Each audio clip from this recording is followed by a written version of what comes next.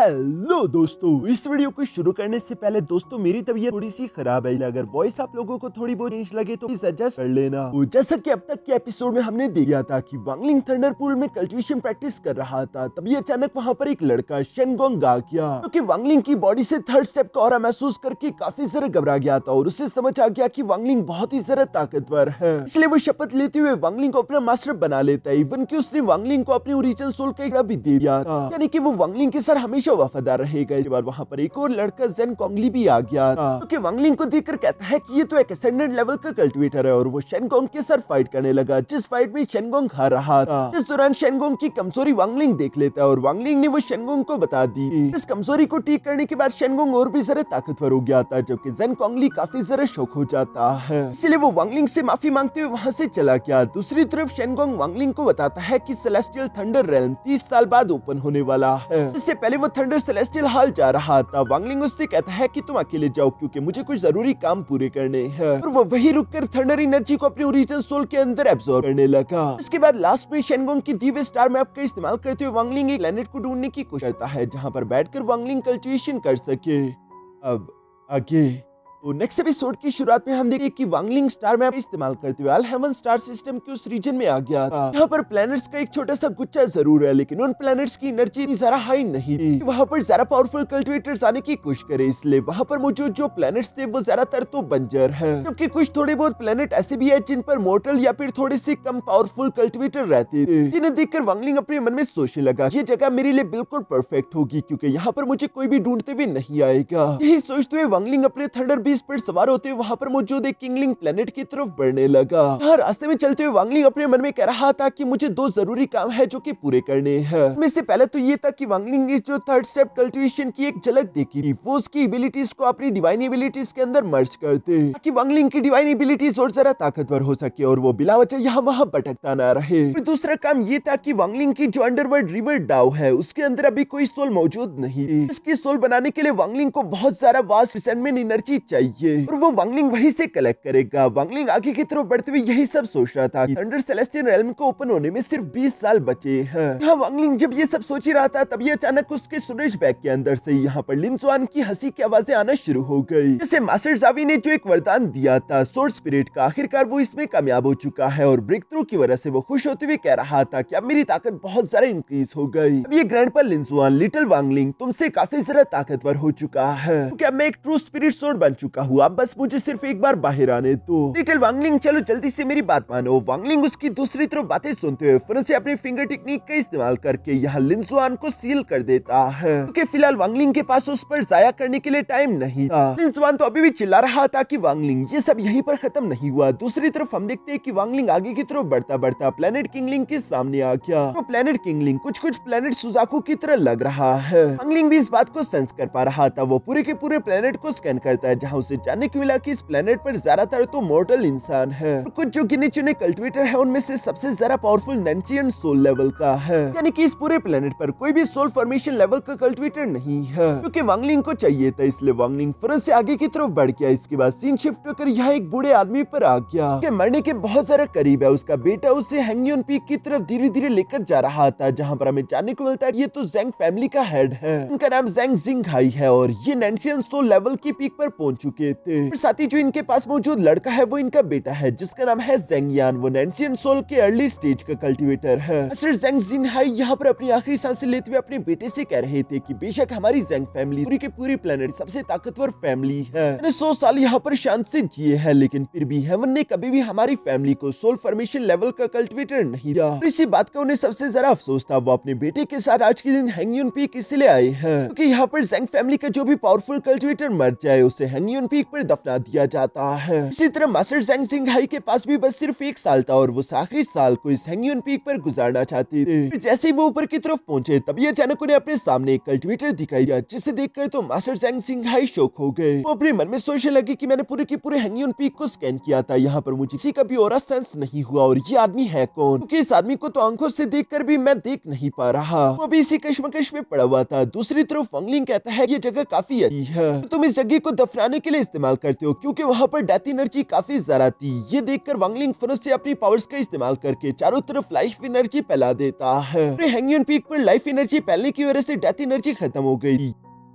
ये देखकर तो ज़ेंग सिंघाई फुनस से घुटनों पर बैठ गया और वो वांगलिंग के सामने रिस्पेक्ट पेश करने लगा, क्योंकि वो समझ गया था कि वांगलिंग बहुत ज्यादा ताकतवर है। इसलिए वो वांगलिंग से कहता है, सीनियर अगर आपको ये हैंगयून पीक पसंद आया तो आप इसे रख सकते हैं, मैं इसे आपको गिफ्ट करता हूँ। वांगलिंग ये सुनकर उस बुढ़ाऊ ज़ेंग सिंघाई की तरफ देखता है, जिसकी बॉडी के आसपास बहुत सारी डेथ एनर्जी थी और वो मरने लगा है। वांगलिंग भी उससे कहने लगा कि मैं तुम्हें मरने से नहीं बचा सकता, जिस पर ज़ेंग सिंघाई कहता है कि हाँ वो तो मैं जानता हूँ, आप फिक्र ना करें, मैंने ऑलरेडी हेवन की तरफ से अपनी इस किस्मत को एक्सेप्ट कर लिया है। बल्कि मरने से पहले सीनियर मैंने आपकी डिवाइन एबिलिटीज को विटनेस किया, यही मेरे लिए फख्र की बात है। जहाँ तक बात है इस हैंगयून पीक की, तो ये हैंगयून पीक क्या है, बल्कि पूरा की पूरा किंगलिंग प्लेनेट ही आपका हुआ। अब जैसे चाहे यहाँ पर रहे, जैसा चाहे इसे इस्तेमाल करे। हैंगलिंग उसकी बातें सुनकर यहाँ पर उसे जवाब देते हुए कहता है कि मैं हेवन की मर्जी के खिलाफ हमारी किस्मत को तो बदल नहीं सकता, लेकिन हाँ मैं अपनी एक डिवाइन एबिलिटी का इस्तेमाल करते हुए तुम्हारी बॉडी के अंदर स्पिरिचुअल फोर्स को दोबारा से इग्नाइट कर सकता हूँ, जिससे तुम्हें जीने के लिए 10 और साल मिल जाएंगे। तो सुनकर तो ज़ेंग सिंघाई और उसके बेटे दोनों का मुंह खुला की खुला रह गया था। दूसरी तरफ हम देखते हैं कि वांगलिंग अपनी उस डिवाइन एबिलिटी का इस्तेमाल करके यहाँ ज़ेंग सिंघाई की बॉडी के अंदर मौजूद स्पिरिचुअल फोर्स को इग्नाइट करने लगा। साथ ही साथ वांगलिंग अपने मन में सोच रहा था, ये डिवाइन एबिलिटी मैं इसलिए सीख पाया क्योंकि मैंने वो थर्ड स्टेप कल्टीवेशन देखी है। काश अगर ये टेक्निक मुझे पहले भी आती होती तो मिस ली मुआन को मरना ना पड़ता, मैं उसकी जान बचा पाता। वांगलिंग यहाँ ये सब सोच रहा था। दूसरी तरफ हम देखते हैं कि वांगलिंग की इस टेक्निक की वजह से ज़ेंग सिंघाई की बॉडी से सारी की सारी डेथ एनर्जी हटने लगी। उसकी बॉडी के अंदर स्पिरिचुअल फोर्स दोबारा से इग्नाइट हो चुकी है। वो पहले से ज्यादा बेहतर महसूस कर रहा था, इसलिए वो फुनस से वांगलिंग के सामने बो डाउन करते हुए कहता है कि सीनियर आपने मुझे एक दूसरा जन्म दे दिया, आखिर मैं आपका एहसान कैसे चुकाऊंगा, मैं और पूरी ज़ेंग फैमिली आपके लिए कुछ भी करने के लिए तैयार है। इस पर वांगलिंग जवाब देते हुए कहता है कि मैं तुम्हें 10 साल देता हूँ। इन 10 सालों में इस प्लेनेट पर मौजूद जितनी भी मॉर्टल्स हैं उनकी बॉडी से जो रिजेंटमेंट एनर्जी निकलती है मरने से पहले, रिजेंटमेंट एनर्जी असल में बदला लेने की भावना होती है। जो भी आदमी बदला के भावनाओं के साथ मरता है उसकी बॉडी के अंदर रिजेंटमेंट एनर्जी होती है। और वांगलिंग यहाँ पर ज़ेंग सिंघाई से यही कह रहा था कि मुझे वो रिजेंटमेंट एनर्जी चाहिए, जितनी ज्यादा होगी उतनी ज्यादा बेहतर। ये कहते हुए साथ ही साथ वांगलिंग ज़ेंग सिंघाई से ये भी कहता है कि अगर तुमने मुझे खुश कर दिया तो मैं तुमसे वादा करता हूँ कि जब तक मैं इस प्लेनेट पर हूँ हमारी ज़ेंग फैमिली को कभी भी कोई भी मिटा नहीं पाएगा, मैं हमेशा उनका ख्याल रखूंगा। तो सब कहते हुए वांगलिंग वहाँ से गायब हो जाता है। उसका बेटा ज़ेंग यान यहाँ पर अपने फादर से सवाल करते हुए पूछता है कि आखिर वो आदमी था कौन। ज़ेंग सिंघाई जवाब देते हुए कहता है कि ज्यादा सवाल मत करो और फौरन यहाँ से वापस क्लैन की तरफ रवाना हो। हमें अपने क्लैन की पूरी ताकत लगाकर सीनियर के लिए बहुत सारी रिजेंटमेंट एनर्जी इकट्ठा करनी है। हेवन ने ये हमें एक मौका दिया है जिसे हम जाया नहीं कर सकते। वांगलिंग भी उन्हें जाता हुआ देख रहा था, जिनके जाने के बाद वांगलिंग फुनस से अपने 1 बिलियन सोल फ्लैग को बाहर की तरफ निकालकर हैंगयून पीक पर एक फॉर्मेशन बनाना शुरू कर चुका। इस फॉर्मेशन के बनने के बाद वांगलिंग ऊंची आवाज में पूरे के पूरे किंगलिंग प्लेनेट से बात करते हुए कहता है कि अब से ये प्लेनेट किंगलिंग मेरा है, यहाँ का मास्टर सिर्फ मैं हूँ और ये हैंगयून पीक एक फॉरबिडन जोन है। इसके 1000 मीटर के दायरे के अंदर कोई भी कदम नहीं रख सकता। अगर किसी ने भी अंदर की तरफ आने की कोशिश की तो उस पर रहम नहीं किया जाएगा। ये आवाज सुनकर प्लेनेट किंगलिंग के सारे लोग ही समझ गए थे कि उसे वांगलिंग को परेशान नहीं करना। दूसरी तरफ हैंगयून पीक पर हम देखते हैं कि वांगलिंग अपने लिए केव तैयार करने लगता है, जिसके अंदर जाते हुए वांगलिंग ने पूरे के पूरे हैंगयून पीक को सील कर दिया। अंदर की तरफ आने के बाद वांगलिंग अपने सोल शैटरिंग वेव को बाहर की तरफ निकाल चुका। यहाँ वांगलिंग उस सोल शैटरिंग वेव की तरफ देखते हुए अपने मन में कह रहा था कि मेरे क्रेसेंट हाफ मून ब्लेड में और इमोर्टल सोर्ड में ऑफेंसिव एबिलिटी है, क्योंकि 1 billion soul flag, mountain and river painting और साथ ही साथ माउंटेन स्टोन ट्रेजर ये भी मिस्टीरियसली बहुत ज्यादा ताकतवर है। लेकिन इन सबसे ज्यादा ताकतवर है गॉड शूटिंग चैरियट। और यकीनन आप लोगों को भी ऐसा लगता होगा, लेकिन वांगलिंग यहाँ इस सोल शैटरिंग वेव की तरफ देखते हुए कह रहा था मेरी इस ट्रेजर के अंदर जब भी मैं इसे टच करता हूँ मुझे एक थर्ड स्टेप की कल्टिवेशन पावर अब महसूस होने लगा है। पहले तो वांगलिंग थर्ड स्टेप की कल्टिवेशन पावर को सेंस नहीं कर सकता था, लेकिन एक झलक उसकी देखने के बाद अब वांगलिंग इसे पहचान पा रहा है। साथ ही वांगलिंग ये भी सोच रहा था कि ये सोल शैटरिंग भी मेरे कार्मा डोमेन के साथ परफेक्टली अलाइन करता है। इसलिए वांगलिंग सोच रहा था कि वैसे मेरा जो डोमेन रेल्म है वो अब लाइफ एंड डेथ डोमेन से चेंज होकर धीरे धीरे कार्मा डोमेन में शिफ्ट हो रहा है। हालांकि कार्मा डोमेन खुद में ही बहुत ज्यादा बड़ा और कॉम्प्लिकेटेड है, लेकिन फिर भी वांगलिंग सोच रहा था कि मेरे पास जो थोड़ा बहुत कार्मा डोमेन है क्यों ना उसे इस सोल शैटरिंग वेव के अंदर फ्यूज कर दूं, कि इसका इस्तेमाल करके मैं अपने कार्मा डोमेन को इस्तेमाल कर सकूं। ये सब सोचने के बाद वांगलिंग इस पर जुट जाता है और वो अपने काज एंड इफेक्ट डोमेन को, यानी कि कार्मा डोमेन को सोल शैटरिंग विप के अंदर फ्यूज करने लगा। ऐसा करते करते कई महीने कई साल गुजर गए। कई साल बाद हमें यहाँ पर ज़ैंग फैमिली का सीन दिखाया जाता है, जहाँ पर ज़ैंग फैमिली ने अब तक 40% रिजेंटमेंट एनर्जी को तो इकट्ठा कर लिया था, जितनी वांगलिंग को चाहिए थी उसकी 40%। लेकिन मास्टर ज़ैंग जिंगहाई इससे खुश नहीं थे। वो कहते हैं कि मेरे पास सिर्फ 5 साल ही बचे हैं, फिर मेरी जिंदगी के वो लास्ट 10 साल भी पूरे हो जाएंगे। मैंने सीनियर के साथ जो प्रॉमिस किया है मुझे उसे जल्द से जल्द पूरा करना है,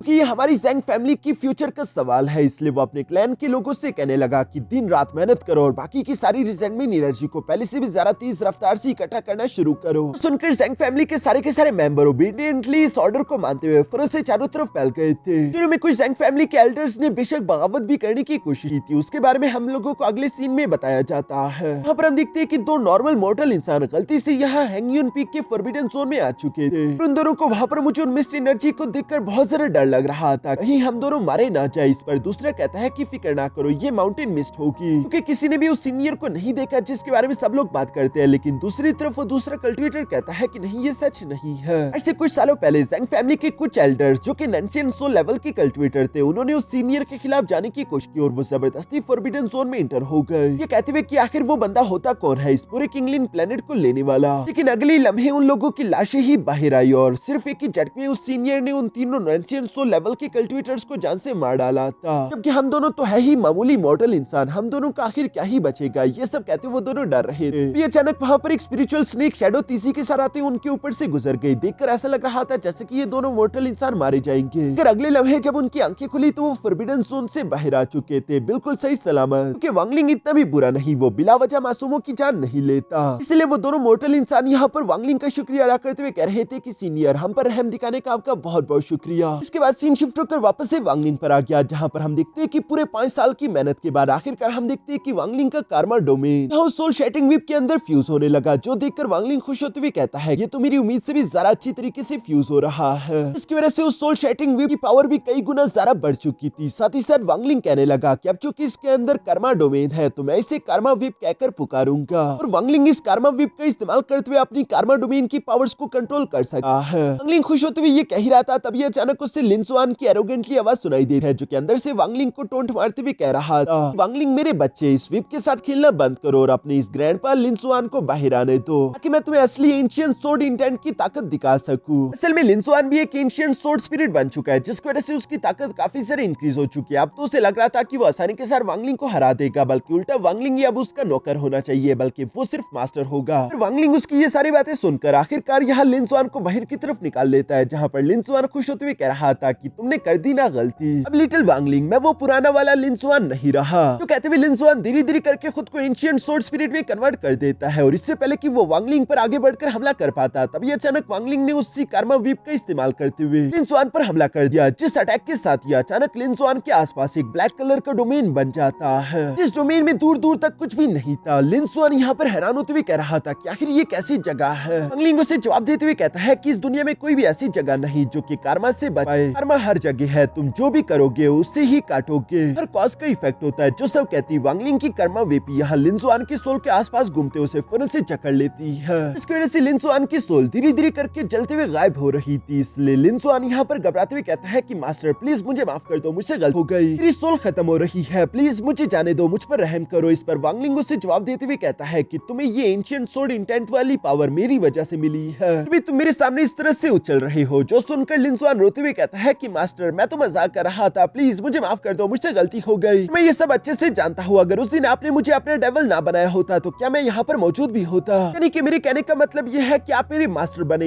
ये मेरे लिए फख्र की बात है, इसी वजह से तो आज मैं इतना सारा ताकतवर हो पाया हूँ। लेकिन वांगलिंग उसे उसी के हाल पर छोड़ते हुए कहता है कि ये तुम्हारे कर्मों का ही पल है, तुमने जो कुछ किया उसी का पल काट रहे हो। जो सब कहते हुए वांगलिंग वहाँ से चला गया। पीछे की तरफ लिन सुआन खुद से कह रहा था कि बेवकूफ लिन सुआन, आखिर तुमने ये सोच भी कैसे लिया कि तुम वांगलिंग को हरा सकते हो? बेशक मैं डेविल हूँ, लेकिन ये तो मुझसे भी बड़ा मॉन्स्टर है, ये डेविलों का भी बाप है। इसलिए लिन सुआन यहाँ पर घबरा कर रोते हुए अपनी जान की भीख मांगने लगा, और वो लिन सुआन से कह रहा था कि मास्टर प्लीज मुझे माफ कर दीजिए, ये सिर्फ एक मजाक था। लिन सुआन ऑलमोस्ट मरने ही वाला था, उसकी पूरी सोल बॉडी गायब हो चुकी है, बस उसका सिर्फ सर बचा है। तभी अचानक वांगलिंग उसे आजाद कर देता है। इस वजह से उसकी सोल दोबारा से ठीक हो गई और वो यहाँ वांगलिंग के सामने उसके कदमों में आ गिरा। वांगलिंग दूसरी तरफ अपने कर्मा विप की तरफ देख कह रहा था कि इसकी पावर टेस्टिंग तो हो गई, वाकई में ये काफी पावरफुल है। है। मैं खुश हुआ यहाँ पर लिन जुआन ये सब सुनते हुए और इससे वांगलिंग के सामने आकर उसकी तारीफें करते हुए कहता है कि मेरी मास्टर की डिवाइन एबिलिटीज तो वाकई में बहुत सारा कमाल की है। मैं तो वो सारा के सारा मजाक सिर्फ इसलिए कर रहा था ताकि मास्टर अपनी डिवाइन एबिलिटीज को मुझ पर टेस्ट कर सके, वरना लिन जुआन से ज्यादा लॉयल तो आपको इस हेवन एंड अर्थ में कोई भी नहीं मिलेगा। जो सब कहते हुए लिन जुआन यहाँ वांगलिंग को मक्खन लगा रहा था। वांगलिंग लिन जुआन से कहता है अब चूंकि तुम बाहर आ ही चुके हो तो ठीक है, तुम आजाद हो, तुम चाहो तो यहाँ से चले जाओ और इस हैंगयून माउंटेन पीक की 10,000 मीटर की रेंज के अंदर मत आना। अब तुम आजाद हो, खुद से ही अपनी सोर्ड इंटेंट की कल्टिवेशन प्रैक्टिस करो और खुद को ही खुद ताकतवर करो, मेरा तुमसे कोई लेना देना नहीं। तो सुनकर तो लिन जुआन पूरी तरीके से शौक हो गया। वो खुश होते हुए कहता है इसका मतलब मैं आजाद हो गया हूँ, ये तो मजा ही आ गया। लेकिन साथ ही साथ वो अपने मन में सोचने लगा कि कहीं ऐसा तो नहीं कि मास्टर मेरा एक टेस्ट ले रहे हैं,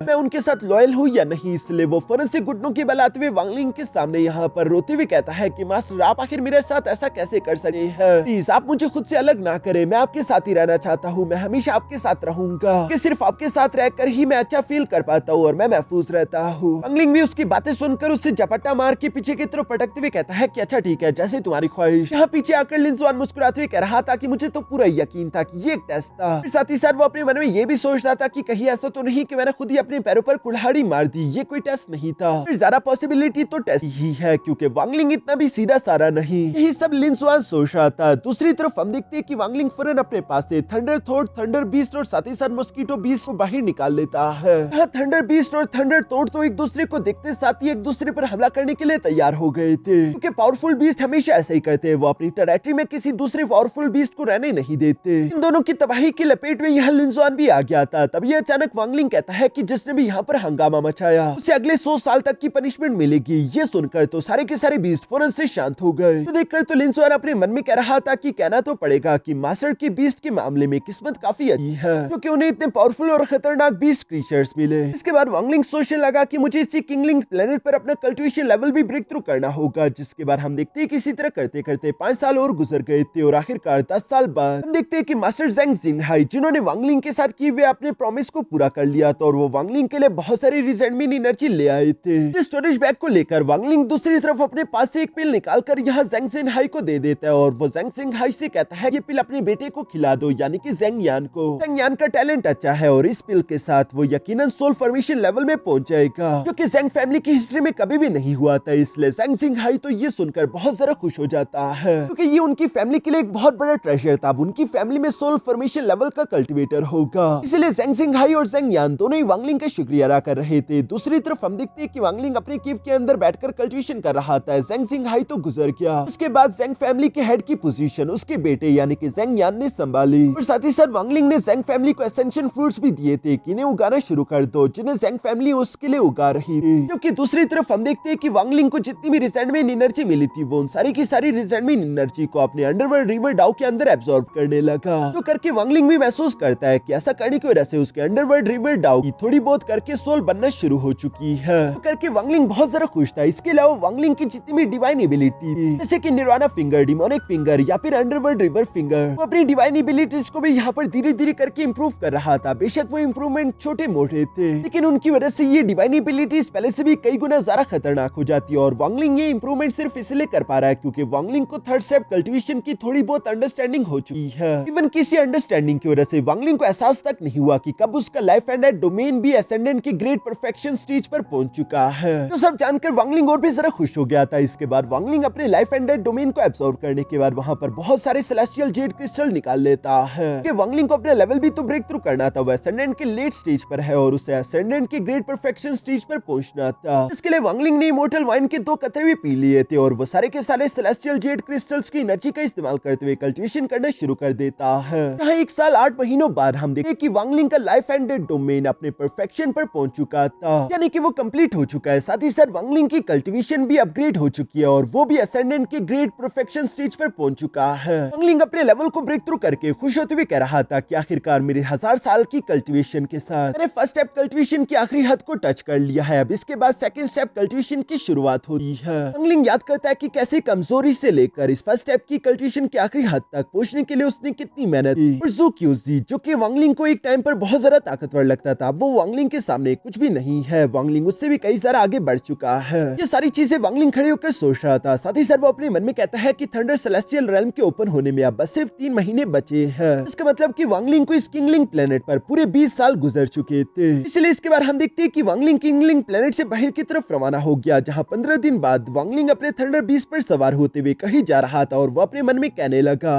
थंडर सेलेस्टियल रेल्म में इंटर करने के लिए मुझे एक थंडर कैलिड्रोन की जरूरत पड़ेगी, जैसा कि मुझे शेनगोंग ने बताया था। बेशक वांगलिंग शेनगोंग का इस्तेमाल करते हुए थंडर कैलिड्रोन तो हासिल कर सकता है, लेकिन वांगलिंग फिलहाल ये रिस्क नहीं ले सकता, क्योंकि फिर शेनगोंग को वांगलिंग के असली कल्टीवेशन लेवल के बारे में पता चल जाएगा। इसलिए वांगलिंग फिलहाल ये रिस्क नहीं ले सकता। लेकिन साथ ही साथ वांगलिंग अपने मन में सोच रहा था कि जैसे कि शेनगोंग ने मुझे बताया था कि थंडर सेलेस्टियल हॉल ने हर एक कल्टीवेशन फैमिली को एक एक थंडर कैलिड्रोन दिया है। उनकी स्ट्रेंथ के हिसाब से अब मुझे ऐसी कोई कल्टीवेशन फैमिली ढूंढनी होगी जिसके थंडर कैलिड्रोन को मैं उनसे छीन सकूं। तो सब सोचते हुए वांगलिंग साउथर्न रीजन के स्टार मैप का इस्तेमाल करते हुए यहाँ एक शेंगटन प्लेनेट पर आ जाता है। यहाँ पर एक जुन कल्टीवेशन फैमिली मौजूद थी। थंडर सेलेस्टियल हॉल ने उन्हें भी एक थंडर कैलिड्रोन दिया था। हम देखते हैं कि वांगलिंग उनके फाउंडिंग एंसेस्टर के सामने आ जाता है, जिसका नाम था जुन ज़ेन, क्योंकि वांगलिंग को थंडर बीस्ट पर सवार होता हुआ देखकर समझ जाता है कि ये थंडर सेलेस्टियल हॉल का मैसेंजर होगा। इसलिए वो फौरन से उन्हें ग्रीट करते हुए कहता है, सीनियर शेंगटन प्लेनेट पर मैं आपको वेलकम करता हूँ। क्या आपको यहाँ पर कोई जरूरी काम लेकर आया है? ये जुन ज़ेन एक इल्यूशनरी यिन रेल्म का कल्टिवेटर था, जिसे देखते हुए वांगलिंग अपने मन में कहने लगा,